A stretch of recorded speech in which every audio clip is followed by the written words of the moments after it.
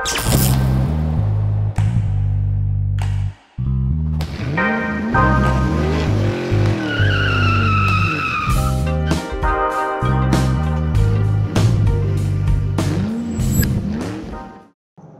going on, car family? I'm Ben Wayne. Thanks for joining me in another video. And today we're going to be taking a look at a special vehicle that technically in today's world has no place. It should not exist. And that's what makes vehicles like these special, because once they come out, everybody always questions, well, who's going to use it? And they go after the practicality, and this doesn't make sense, that doesn't make sense. The manufacturer only ends up making a few, and then they discontinue the model. And then these vehicles become highly sought after because at first nobody bought it because they didn't think it was hot. This is the 2022 Land Rover Defender 90 with the V8, a supercharged V8 producing 516 horsepower, 461 pound-feet of torque. So that power plant's going to get you a 0 to 60 time of around 4.9 seconds with its 8-speed automatic transmission. So let's just talk about the exterior design. These Defenders, you know, the original Defender, and then you know the modern Defender that came out a few years ago. I love the styling on these things. They look very sleek, very modern, and the lines are very clean on them as well. So, of course, you're familiar with the 4-door model that's been out. Now we have the 2-door model, which changes things up a little bit, and you'll see that as we get further along in the review. So at the front of the vehicle, you're getting traditional Land Rover design language with a modern touch. You know, you have the LED daytime running lights and the LED headlamps. You have all the computer equipment, radar sensors hidden behind the Land Rover symbol and the front grille. That's pretty neat. Now, I did notice that there aren't any tow hooks up front. That's neither here nor there. If you're off-roading this thing, maybe that's something to be considered. They lay into the throttle just a little bit here. And as you can probably hear, that V8 does sound quite nice.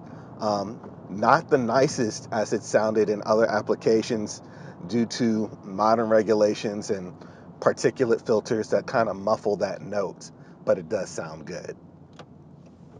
Coming to the side profile, again, you know what to expect at this point. It's a Land Rover, so it's going to have those Land Rover proportions. You're going to get huge 22-inch wheels with this one and upgraded brakes. The brakes are about 15 inches in diameter, and you're going to need that extra stopping power because you have this 500 plus horsepower V8 up front, right?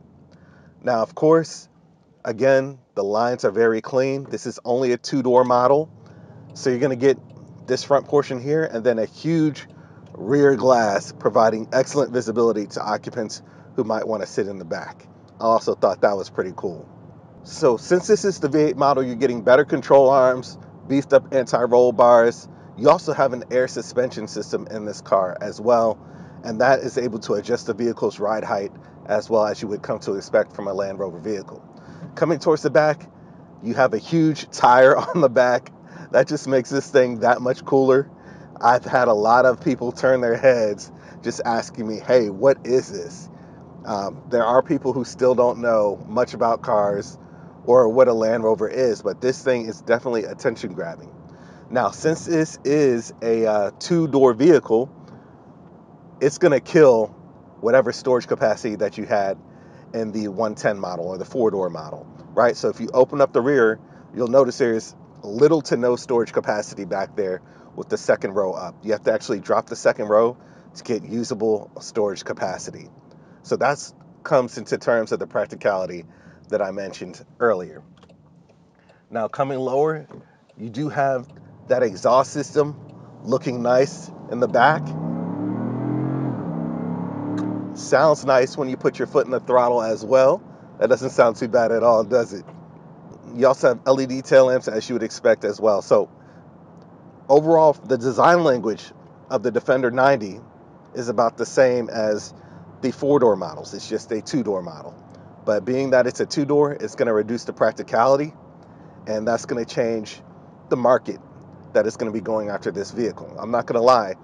If I was in the market for a Defender, I probably would go for the 4-door because of practicality. And a lot of people are going to say the same thing, and that's what makes this car unique because, you know, it's going to make it really rare, right? This is going to become a really rare vehicle because people were going to look at it from the practicality standpoint in a day and age where manufacturers have to make a vehicle that checks every single box possible because that's what people are demanding. It's nice to see special vehicles like this one that sometimes don't really make a lot of sense, but they continue to exist. And that's what brings the fun factor, right? I mean, who needs a 500 plus horsepower V8 and a two-door Defender?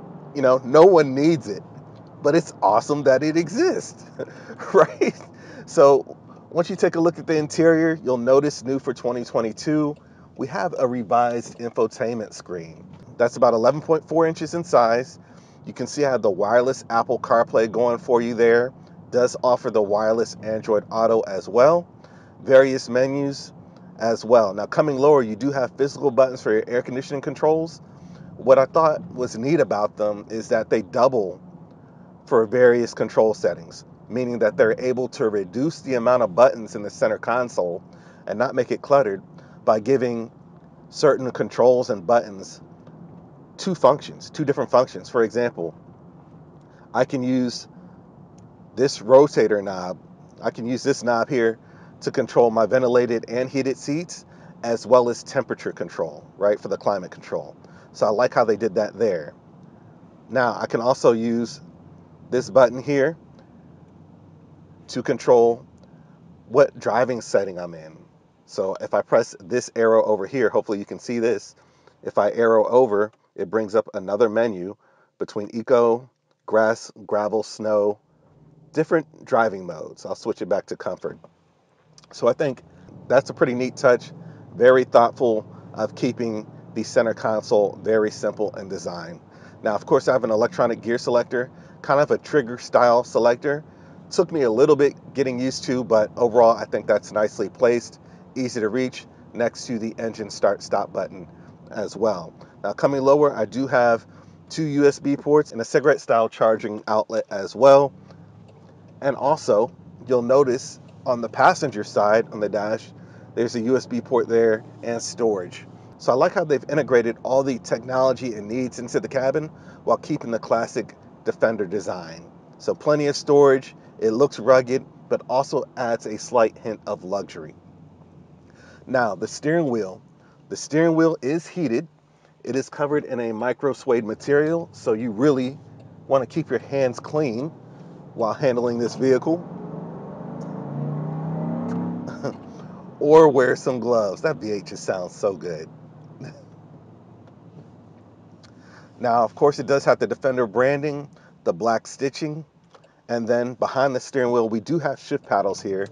That's the first time I've seen that in a Defender. We do have shift paddles here that are made out of aluminum. They're nice and cold to the touch. And then we do have a thin film transistor display screen sitting behind the steering wheel as well. Now, when it comes to the seats are comfortable. They are done in black leather and do feature hints of Alcantara on the seat centers to keep you from sloshing around in the seat. So I like the overall design of that. The seat ventilation, as I mentioned before, works particularly well. You also have heated seats, 3 levels of each. Now, coming over to the door panels, they're covered in black leather. You do have some body color accents as well, and then hard injection molded plastic controls for 2 of your windows, and then 3-position seat memory with storage on the bottom as well. Now, let's talk a little bit about the handling. So in this vehicle, you definitely feel the weight. For example, if I lay into the throttle, I can feel the vehicle squat quite a bit, right? It's not as precise as some of the other SUVs out there. If I hit the brakes, it dips in quite a bit as well. So there's a lot of body roll in this vehicle, and I get that it's designed for off-road capability, but I'm just saying that if you drive this, expect to experience quite a bit of body roll. You're gonna feel the weight, right? It's not something you're taking to the track, and it's not something that truly gives you a sense of confidence if you're thrashing it on a curvaceous road. Now, the vehicle, don't get me wrong, is great for the application it was designed for, which is off-road capability, right?